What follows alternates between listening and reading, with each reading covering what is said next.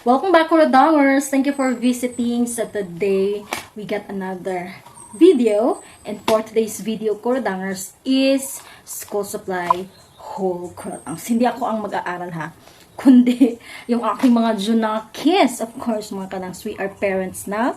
So it must be our obligation to buy those things, especially ngayon is back to school na nga. Congratulations Philippines, meron na tayong face-to-face classes. And of course, Kuradangers, in this video, share ko sa inyo yung mga prices ng mga school supply na nabili ko from a school supply store. So if you are interested, please keep on watching and please don't forget to like and subscribe in the Kuradang channel.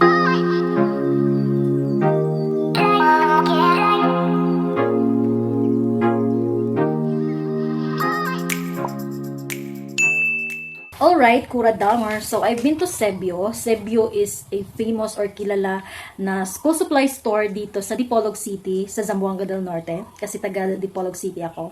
So, Sebio store is the famous school supply store, mga kadang. So, ito yung mga presyo nila sa kanilang mga school supply na mga binibenta. And yes, kakarating ko nga lang from there. And yes, I want to share it to you directly talaga, mga kadangs, yung mga presyo, mga kadangs, no, ng mga school supply as malapit na naman ang pasukan, Kuradangers. So, yes, meron ako mabili. Yung mga usual, yung mga pina-priority ko is yung mga notebook. Kasi walang mga notebook yung aking mga junakis. So, yung pina-priority ko sa pagpunta doon is yung mga notebook. So, dalawa yung aking estudyante, Kuradangers. Isa is grade 5 and yung isa is mag-grade 1 siya, Kuradangers. So, ito yung mga notebooks na nabili ko. Ito is for my grade 5 student. Ayan, mga ganito. Gusto ko yung mga ganitong mga class. Yung nakatahi. Kasi pag tatanggalin mo yan is hindi siya malalaglag lahat yung mga pages.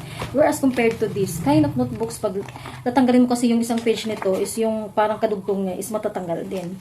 Pero kasi, mga pambabae yung iba, kaya 6 yung nabili ko na ganito. And then, 7, and then 3 na dito. Ito yung pang grade 5 na notebooks. And of course, yung presyo nito, Kuradangers, is 16.50. 16.50 each siya, Kuradangers, which is namangha ako kasi before, nung kami pa estudyante, is yung mga notebooks noon is nasa 10 pesos. Yung mga 10 pesos na notebook is talagang magaganda na yun, Kuradangers. Meron ding tag 8 pesos and then tag 9 pesos. Whereas ngayon is parang times 2 na yung presyo. Diba? Parang, sabi ko, mahal na talaga. As in, nagmahal na talaga lahat, mga Kadangers. Pero kung bibili ka naman na by dozen, yung dozen nito is 190. Which is, kung bibili ka ng by dozen, is meron ka namang masisave na kunting halaga, mga Kadangers. So, same lang naman yung presyo nitong ito, at saka itong sa pang grade 1 ko.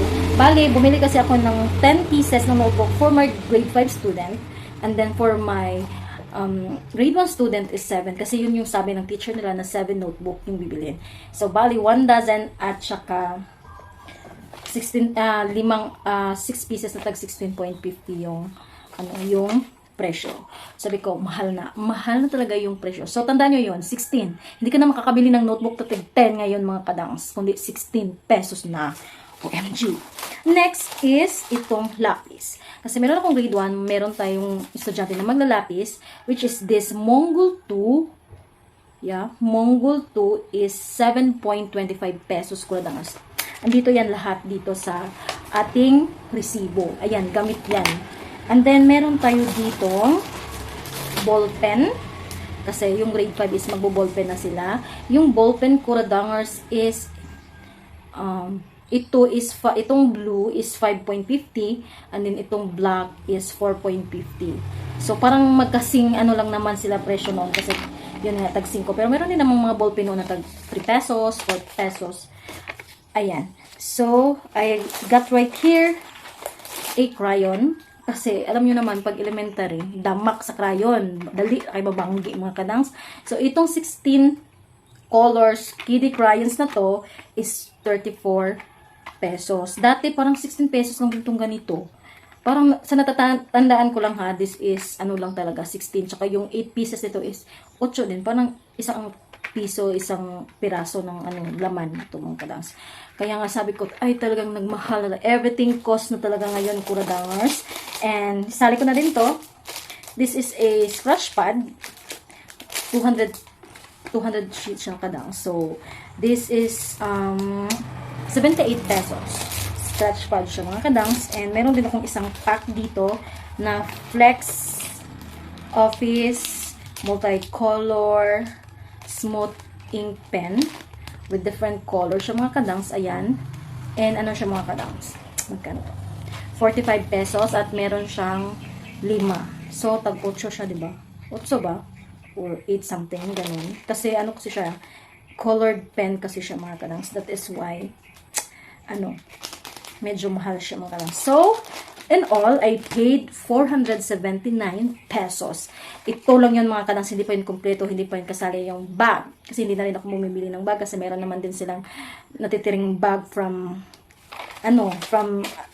past school year nila, hindi pa naman sira yung bag nila. So, makakasave na ako, hindi na ako makabili ng bag. Meron na din silang mga shoes, kasi nakabili na din ako ng mga shoes nung, nag-face-to-face nung November ata yun, kung kailan yun. Bumili na ako ng mga shoes nila, so meron na silang mga shoes.